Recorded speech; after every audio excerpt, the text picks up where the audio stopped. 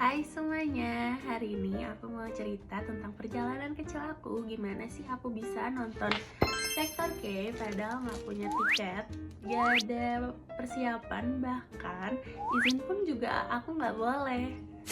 Jadi semuanya itu bermula pada saat kabar tiketing itu keluar. Itu tuh aku udah excited banget karena sebelumnya di tahun kemarin itu mereka udah pernah konser di sini, Faith Plus, dan aku tuh seneng banget kayak apakah aku bisa nonton di tahun ini atau enggak. Dan juga walaupun mereka datang itu di festival, tapi tetap rasanya excited gitu. Tapi sayangnya ada kabar sedih nih dari temen aku, ternyata dia nggak bisa nonton. Ya gak apa-apa sih, aku juga ngerti karena ada hal yang emang harus diprioritasin gitu. Hari demi hari berlalu, dari setelah tiketing aku tetap jalanin hari aku kayak biasanya sih. Ya ada kegiatan-kegiatan lainnya. Tapi sampai pada hari pertama festival itu mulai di hari Sabtu, aku nih salah deh kayaknya. Aku malah buka Twitter yang dimana aku bisa ngeliat keseruan di hari itu. Dan perasaannya tentu campur aduk, sedih. Kebetulan juga itu hari pertama aku lagi datang bulan, jadi makin emosional deh. Besoknya terus aku bangun dengan keadaan dan mood yang kacau banget. Aku nangis, bener-bener kayak aku bangun-bangun aku nangis. Tapi aku tetap harus produktif, dimana pagi-pagi itu aku harus ke pasar dan juga tetap bikin 2 loyang cheesecake. Cuman nih tiba-tiba aja waktu aku lagi bikin cheesecake, temen aku tuh chat kalau misalkan temennya itu ada 1 tiket yang dia tuh mau ngasih karena 1 tiket ini tuh gak kepake. Cuman sayangnya bukan masalah tiketnya nih, tapi adalah izin aku karena aku nonton sendiri dan gak ada yang nganter jemput. Soalnya PIK itu lumayan jauh dari tempat aku. Karena juga tiketnya gak jadi nih dikasih ke aku karena kakaknya ternyata tetap ikut nonton. Tapi lucunya ternyata hidup itu tuh suka kasih kejutan ya. Aku tetap bisa nonton nih karena kakakku ada kegiatan dan ada kerjaan di daerah PIK pada saat itu. Di menit-menit terakhir itu juga aku ketemu tiket di Twitter. Shoutout buat kakaknya. Guys, kita mau masuk venue-nya. Aku dapat di Green A di row C dengan seat 100. Untuk konser festivalnya aku udah gak bisa berkata-kata lagi sih. Semua performance dari 3 artis tersebut itu keren-keren banget. Dari Elite sendiri, aku belum pernah ketemu mereka juga, gak pernah nonton konsernya.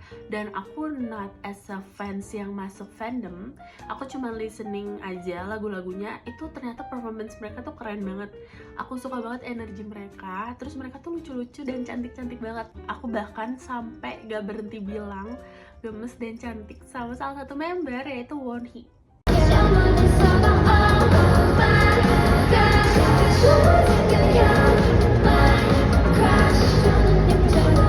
Kedua ini ada dari Suho. Yes, I know him for a long time. Dia kan member EXO as a leader juga gitu. Dan buat performance-nya nggak usah diraguin lagi guys. Emang kalau misalkan udah berpengalaman di panggung, itu tuh beda gitu loh pembawaannya. He really enjoys the stage. Terus juga Suho ini selain bawa lagu solonya dia juga bawa lagu EXO. Ada Love Shot, terus ada Grow, Monster. Gila, itu keren banget, bener-bener aku takjub pada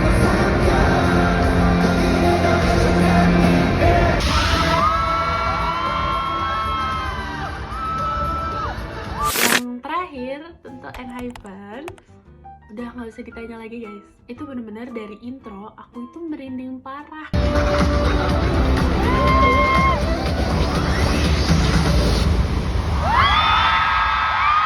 Ya gimana ya, aku kayak gak nyangka gitu loh tahun ini aku bisa ketemu mereka lagi. Dan gila, mereka itu hari kedua itu outfitnya cakep banget dan mereka semua tuh cakep-cakep banget. Jadi bener-bener aku pulang dari konser itu aku gak punya bias, aku bener-bener suka sama mereka 7-7-nya karena keren-keren banget.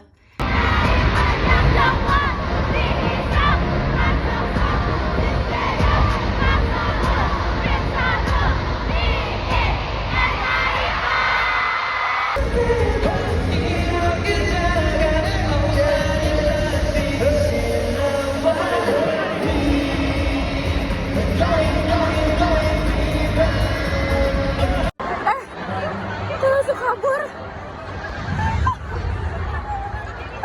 Masih di satu ada. Bye-bye, langsung kabur.